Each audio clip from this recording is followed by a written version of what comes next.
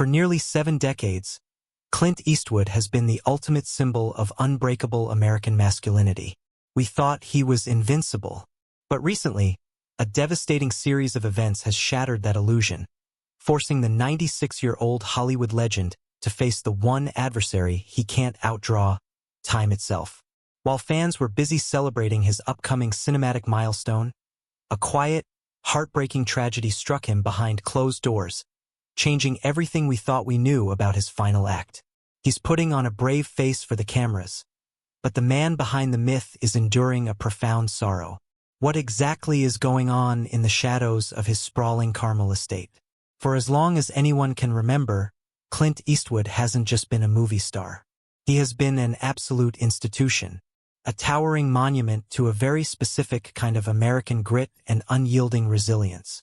From the dusty, sun-scorched plains of Sergio Leone's spaghetti westerns to the gritty, blood-stained streets of San Francisco as Dirty Harry, Clint was always the guy who never blinked first. He was the man with no name, the man with no fear, and, seemingly, the man with no expiration date. In an industry that brutally discards talent the second a few wrinkles appear, Clint did the impossible. He just kept working. He cruised into his 70s, his 80s, and then his 90s, directing and starring in movies with a relentless pace that exhausted cast and crew members half his age. When most of his contemporaries were comfortably enjoying their retirements, Clint was still braving the elements and demanding perfection. He famously mocked the very concept of retirement, once telling an interviewer that his secret to youth was simply not letting the old man in. We believed him. We thought he was genuinely untouchable. But even the most indestructible monuments eventually faced the wind and rain. The first crack in the invincible Eastwood facade didn't come with a dramatic announcement or a formal press release from his publicist. It came with something far more unsettling. Silence. Complete, deafening silence. Following the release of his 2021 neo-Western film Cry Macho, where a then 91-year-old Clint was astonishingly still riding horses and throwing punches on screen, he simply vanished. For a man who usually moved immediately from the editing room of one film directly to the pre-production of the next, this was highly out of character. Weeks turned into months, and months stretched into well over a year. A staggering 400 days passed without a single solitary public sighting of the Hollywood legend. He didn't attend industry events, he didn't give his usual gruff interviews, and most alarmingly, he wasn't even spotted at his favorite local haunts. In his beloved hometown of Carmel-by-the-Sea, California, where he once served as mayor and was a regular fixture at local golf clubs, his absence was heavily felt.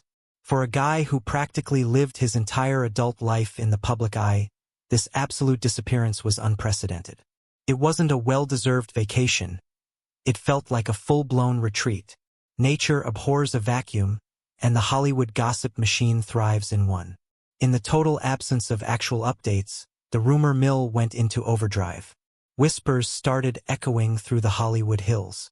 Was the legendary tough guy finally breaking down?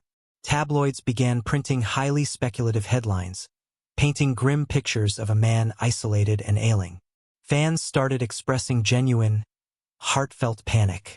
There were unsubstantiated reports that his physical health was rapidly deteriorating, frantic whispers of severe mobility issues that left him bedridden, and cruel rumors regarding his cognitive decline. Paparazzi aggressively camped outside the heavy iron gates of his sprawling California estate, desperately trying to catch a glimpse of the aging icon, but those gates remained shut. His inner circle, notoriously tight-lipped even on a good day, formed an impenetrable, fiercely loyal wall around him. They offered absolutely no updates, no comforting reassurances, and nothing to quell the rising tide of public anxiety. Fans couldn't help but wonder, if he was perfectly fine, why hide him away like a ghost? The truth was, the silence wasn't a calculated PR strategy to build mystery.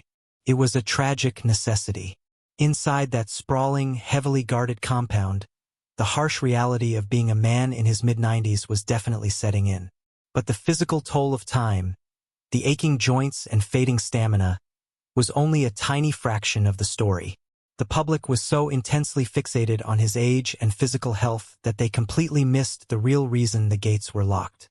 Clint wasn't just dealing with a slowing body. He was quietly bracing for a catastrophic emotional earthquake. The fierce protection from his team wasn't just about hiding a frail icon from the paparazzi. It was about shielding a deeply vulnerable man from a world that wasn't ready to see him break. Because while everyone was obsessively asking what was happening to Clint Eastwood's body, the true crisis was quietly unfolding in his personal life. A crisis that would shatter his private sanctuary and prove that the toughest man in Hollywood was entirely defenseless against a sudden, unthinkable heartbreak. What exactly was waiting to strike him in the shadows of that silent estate? While the world heavily speculated about failing joints and cognitive decline, the real tragedy was creeping up on the person Clint Eastwood relied on the most. In July 2024, the heavy silence surrounding the Eastwood estate was finally broken, not by a triumphant return to the spotlight, but by a brief, devastating press release. Christina Sandera, Clint's beloved partner of 10 years, had suddenly passed away at the age of 61. For a man who had famously navigated messy divorces and countless high-profile Hollywood romances, Christina had been his quiet sanctuary. She wasn't an A-list actress or a wealthy socialite. She was a former hostess at his Mission Ranch Hotel in Carmel. From the moment they casually met in 2014, she brought a profound, grounded peace to the final, chaotic chapter of his life. She was his rock, the woman who made the legendary, restless loner finally want to stay home. The shock waves of her sudden death were magnified by just how agonizingly unexpected it was. There was no prolonged illness, no time to mentally prepare, and absolutely no chance for a long goodbye.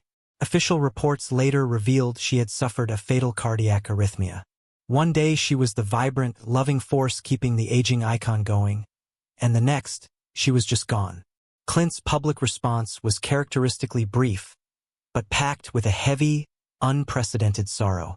He released a remarkably short statement to the press, simply saying, "Christina was a lovely, caring woman, and I will miss her very much." It was only one sentence, but coming from a notoriously private man of so few words, it spoke absolute volumes to those who knew him best. Behind closed doors, sources close to the family painted a much bleaker, heartbreaking picture. For decades, he was known as a serial romancer, a man who never quite settled down without a bit of turbulence. But Christina had changed all of that. Now, the man who had spent an entire lifetime playing stoic, untouchable gunslingers who didn't need anybody was completely, utterly shattered. How does a Hollywood deity, defined entirely by his unbreakable exterior, process such a crushing blow in his 90s? For generations, Clint's on-screen persona taught millions of men that true strength meant burying your emotions deep down and soldiering on. But grief at his advanced age doesn't care about a tough guy reputation. Friends and insiders whispered that the loss of Christina had taken the wind completely out of his sails. She was the one who always accompanied him to his final premieres, holding his arm on the flashing red carpets, ensuring he was steady and secure. Without her, the sprawling Carmel estate suddenly felt impossibly massive and terribly empty. The psychological weight of waking up every morning without the very person who anchored his twilight years was heavily apparent. It is a scientifically documented phenomenon that elderly individuals often suffer rapid, severe physical declines after the sudden loss of a long-term partner, a tragic condition commonly referred to as broken heart syndrome. For Clint, the immense emotional agony of losing the woman he planned to spend his final days with began to manifest in a very real, very physical way. The tragedy forced Clint into an even deeper isolation. He retreated further into his grief, leaving his fiercely protective inner circle to manage the frantic media inquiries. But you can only hide a titan of cinema for so long before the world demands to see him. When Clint finally did emerge from his seclusion a few months later to attend a local speaking event with renowned primatologist Jane Goodall, the cameras were waiting. The images they captured sent an absolute shockwave across the globe. Fans were fundamentally unprepared for what they saw. The towering, intimidating cowboy they remembered had been replaced by a man sporting a bushy white beard, leaning heavily on an assistant for support, and looking shockingly frail. The grief had clearly taken its toll, but the leaked photos raised a terrifying new question.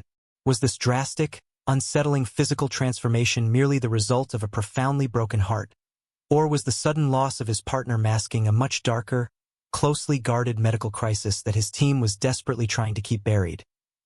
When you spend over half a century projecting pure, unadulterated strength, the world forgets that you are actually made of flesh and bone. For decades, Clint Eastwood possessed a cinematic immortality that tricked us all into believing he was completely immune to the ravages of time. But behind the heavy, wrought-iron gates of his California ranch, the stark, unforgiving reality of being 96 years old was finally demanding to be paid in full. Following the tragic, sudden death of Christina, his inner circle didn't just close ranks. They built an absolute fortress around him. They strictly managed his calendar, heavily vetted his visitors, and fiercely shielded him from the invasive lenses of the paparazzi. They knew exactly how the public viewed him, and they were desperately determined to protect the dignity of an American icon. But keeping a man as restless as Clint Eastwood locked away is an impossible task, and eventually the protective walls had to crack. That crack happened in late March of 2024, when Clint made a rare, unannounced appearance at a local hometown event to support his longtime friend, renowned primatologist Dr. Jane Goodall. He didn't walk a red carpet. He didn't pose for official press photos. But attendees with smartphones captured the moment he slowly shuffled into the auditorium, and within hours, those unauthorized images were plastered across every major news outlet on the planet. The visual impact was nothing short of a gut punch. The man with the legendary, intimidating silhouette was gone. In his place stood a remarkably frail, hunched figure with a shock of untamed white hair and a thick, bushy beard. Dressed in a simple flannel shirt and slacks, he looked terrifyingly fragile, needing the constant, physical support of a handler just to carefully navigate the short distance to his seat. For millions of devoted fans who still pictured him gripping a Magnum .44 or scowling from under a Stetson, seeing him so undeniably vulnerable was a massive, collective shock to the system. It wasn't just natural aging. It looked like a rapid, alarming deterioration. Naturally, the sudden exposure sparked a massive tidal wave of medical speculation. What was his fiercely loyal team actually hiding? Was this drastic physical decline simply the tragic aftermath of losing the love of his life? Or was it something far more clinical and severe? Hollywood insiders began whispering frantic, unverified rumors about hidden ailments. Some sources claimed he was battling severe osteoporosis, which explained the drastically curved spine and shrinking frame. Others murmured about extreme fatigue and the painful onset of advanced arthritis that made standing for more than a few minutes sheer agony. Yet, his fiercely protective handlers aggressively pushed back against the grim narratives, insisting that his mind remained as razor-sharp as ever, even if his body was inevitably slowing down. They claimed the bushy beard was just a stylistic choice, and his slow, measured steps were merely a cautious necessity for a man approaching a century of life. But the visual evidence was brutally hard to ignore. It painted a haunting picture of a titan who was slowly fading into the shadows, his physical strength rapidly draining away with each passing month. The industry quietly assumed this was the absolute end of the line. Everyone, from his closest friends to the highest executives at Warner Brothers, believed that the legendary filmmaker was finally throwing in the towel. They assumed he would spend his remaining days peacefully resting in Carmel, surrounded by his children, slowly fading out like the final scene of a classic Western. It made total, logical sense for a 96-year-old grieving man in visibly declining health to gracefully bow out. But the world had clearly forgotten one crucial, defining trait about Clint Eastwood. He is arguably the most stubborn man to ever walk onto a Hollywood backlit. He absolutely refused to let a failing body or a shattered heart dictate how his story would end. Just as the obituaries for his incredible career were practically being drafted in secret, Clint made a sudden, shocking announcement that left the entire entertainment industry utterly speechless. How could a man who could barely walk to his seat in a local auditorium possibly gear up for one of the most grueling, demanding jobs on the planet? The absolute last place anyone expected to see a physically fragile, grieving nonagenarian was in the high-pressure director's chair of a major Hollywood motion picture. Directing is not a job for the faint of heart. It is a punishing, deeply exhausting marathon that routinely burns out filmmakers who are decades younger. It requires 14-hour days, hundreds of rapid-fire decisions, and a stamina that most people simply do not possess. So, when the trades officially announced that Clint Eastwood was stepping back behind the camera to direct the legal thriller Juror Number 2, the industry was completely floored. He wasn't just going to produce it or slap his name on it as an honorary credit. He was fully committing to being the boots on the ground. For a man who could barely walk unaided, the sheer physical logistics of helming a massive movie seemed completely impossible. But Clint has always operated on his own terms, and he was dead set on proving that his creative fire was still burning brighter than ever. When production finally kicked off in Savannah, Georgia, the atmosphere on set was unlike anything his veteran crew had ever experienced. Eastwood's sets have historically been famous for their absolute pinpoint efficiency. No wasted time, no bloated budgets, and his legendary refusal to ever yell action, preferring instead a calm, gravelly, "Go ahead." But this time, that familiar efficiency was accompanied by a deeply poignant, unspoken tension. Cast members, including stars Nicholas Hoult and Toni Collette, witnessed a stark, unprecedented vulnerability in the aging icon. He could no longer sprint across the set to adjust a camera angle. He often had to be carefully transported in a golf cart, and when he did walk, his steps were painstakingly slow and heavily calculated. Yet, those who worked on the film noted a fascinating, incredible paradox. While his body was undeniably failing him, his mind remained incredibly sharp, processing complex emotional scenes with the exact same ruthless precision he had in his prime. But what exactly was driving him to endure this brutal, grueling process when he could have easily stayed home in his comfortable California sanctuary? The answer lay in the script itself. Juror Number 2 wasn't just another generic paycheck project. It was a deeply complex, moral thriller about a juror who realizes he might actually be the one responsible for the murder in the trial he is sitting on. Insiders revealed that Clint was completely, intensely obsessed with the story from the moment he read it. He knew, with absolute certainty, that this would be his final time in the director's chair. He didn't want his sprawling, historic cinematic legacy to conclude with the lukewarm critical reception of his previous film, Cry Macho. He desperately wanted a true, undeniable masterpiece for his swan song, a final, powerful testament to his storytelling genius that would remind the world exactly why he is considered an American treasure. He poured every single ounce of his rapidly fading physical strength into getting the movie finished, fighting through exhaustion and treating every single day on set like it could legitimately be his last. Against all odds, the ultimate Hollywood cowboy actually did it. He fought through his physical limitations, he endured the brutal production schedule, and true to his legendary reputation, he delivered the final cut of the film on time and completely under budget. It was a staggering triumph of human will. He had handed his lifelong studio a brilliant, profound final film. After a historic 50-year partnership that had generated billions of dollars in revenue and dozens of Academy Awards, he rightfully expected the studio to give his final masterpiece the grand, respectful theatrical rollout it so deeply deserved. He had done his part, completing his ultimate curtain call against impossible odds. But instead of honoring the greatest living legend on their roster, the studio executives were quietly planning something entirely different. What was the shocking, disrespectful move that Warner Brothers was about to pull, completely betraying the man who essentially built their modern empire? For exactly 50 years, Clint Eastwood and Warner Brothers shared the most remarkably loyal, profitable partnership in modern cinematic history. It was an unbreakable bond built on mutual trust and massive financial success.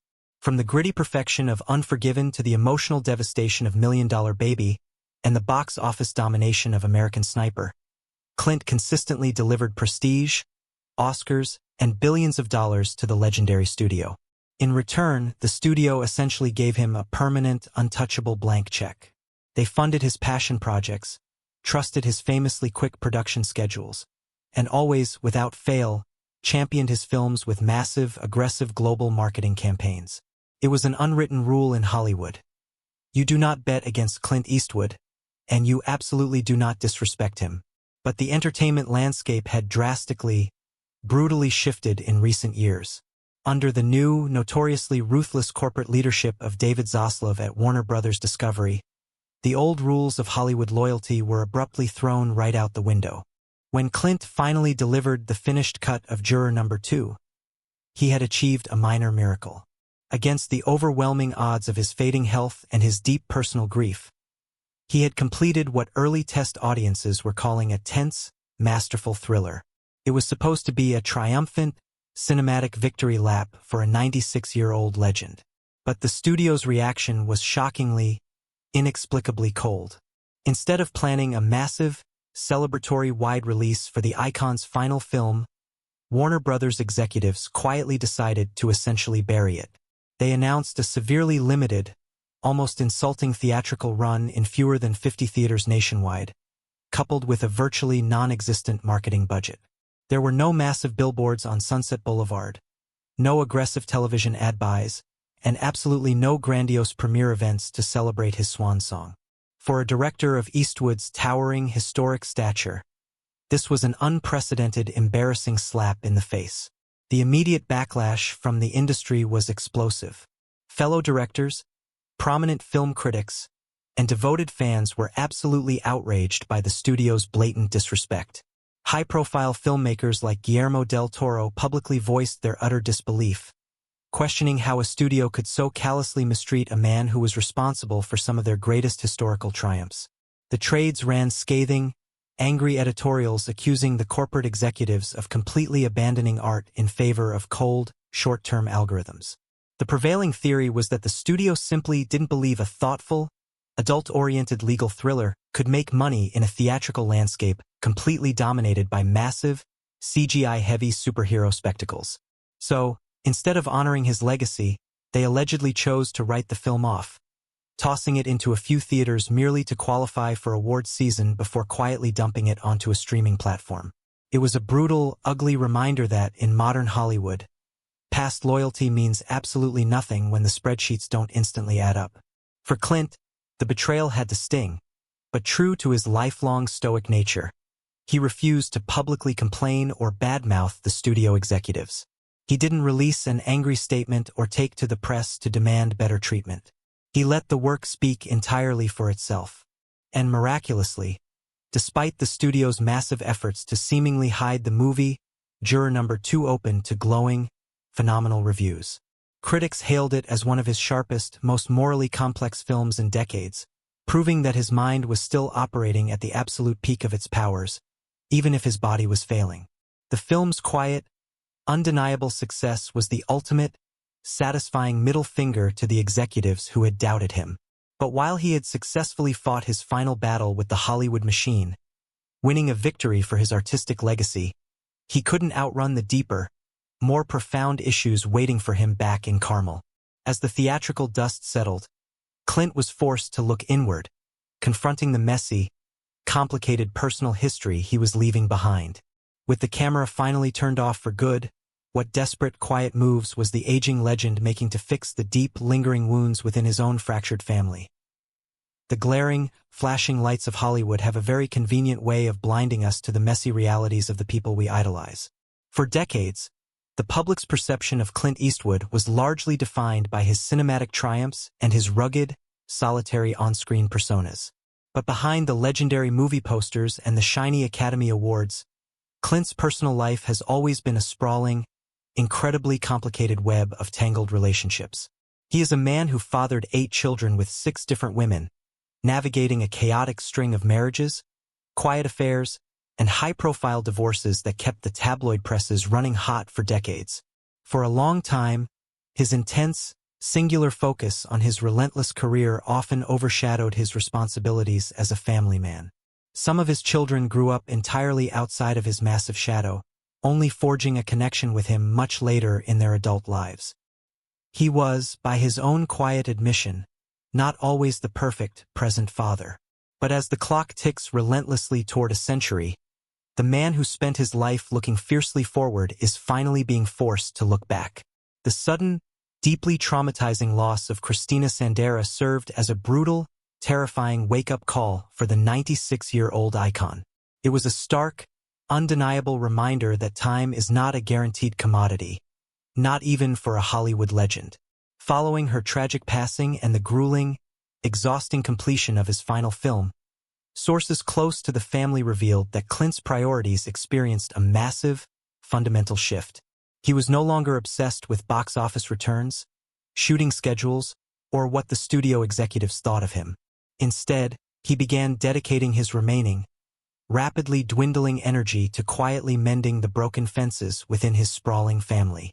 He started orchestrating large, private family gatherings at his Carmel estate, bringing together his children, from his oldest daughter, Lori, who was given up for adoption before his career even began, to his youngest, Morgan. He wanted them all in the same room, under the same roof, desperately trying to foster a sense of unity that had often eluded them during his chaotic, fast-paced prime. This quiet, desperate effort to rewrite his family history wasn't just about simple family dinners. It was about genuine, profound reconciliation. Insiders noted that Clint was actively engaging in deep, sometimes incredibly difficult conversations with his children, attempting to heal old wounds and apologize for the times his towering ambition took precedence over their needs. He wanted to ensure that when he was finally gone, he wouldn't just be remembered as a legendary director or a tough guy actor, but as a patriarch who finally got it right in the end. He was heavily relying on his children for emotional support, leaning on them to help him navigate the crushing, suffocating grief of losing Christina. In a beautiful, deeply touching reversal of roles, the children who once fiercely vied for his fleeting attention were now the ones fiercely protecting and caring for him in his most vulnerable, fragile state. But even as he successfully managed to bring his complex, blended family closer together than ever before, the harsh, undeniable reality of his physical decline continued to cast a very long, very dark shadow over the Carmel estate. The man who had spent a lifetime projecting an aura of absolute invincibility was now heavily reliant on round-the-clock care and the constant, watchful eyes of his loved ones. The energetic, fiery spark that once defined his public appearances had been entirely replaced by a quiet, reflective stillness. He was finally at peace with his incredible legacy, but the physical toll of 96 years was becoming impossible to ignore. As his inner circle slowly began to accept that the final chapter was rapidly drawing to a close, a deeply guarded secret about his very last day on a movie set began to quietly circulate among his closest confidants. Will his final days be defined by the quiet peace he found with his family, or by the heartbreaking, specific reality of how he chose to say his absolute final goodbye to the industry he loved? Today, at 96 years old, Clint Eastwood stands at the very edge of his incredible journey, looking back at a sprawling, deeply complex life that forever redefined the landscape of American cinema. He is no longer the intimidating, rugged cowboy who could command a room with a single, icy glare. Those who have been fortunate enough to see him recently describe a man who is incredibly fragile, his towering frame stooped and his movements painstakingly slow.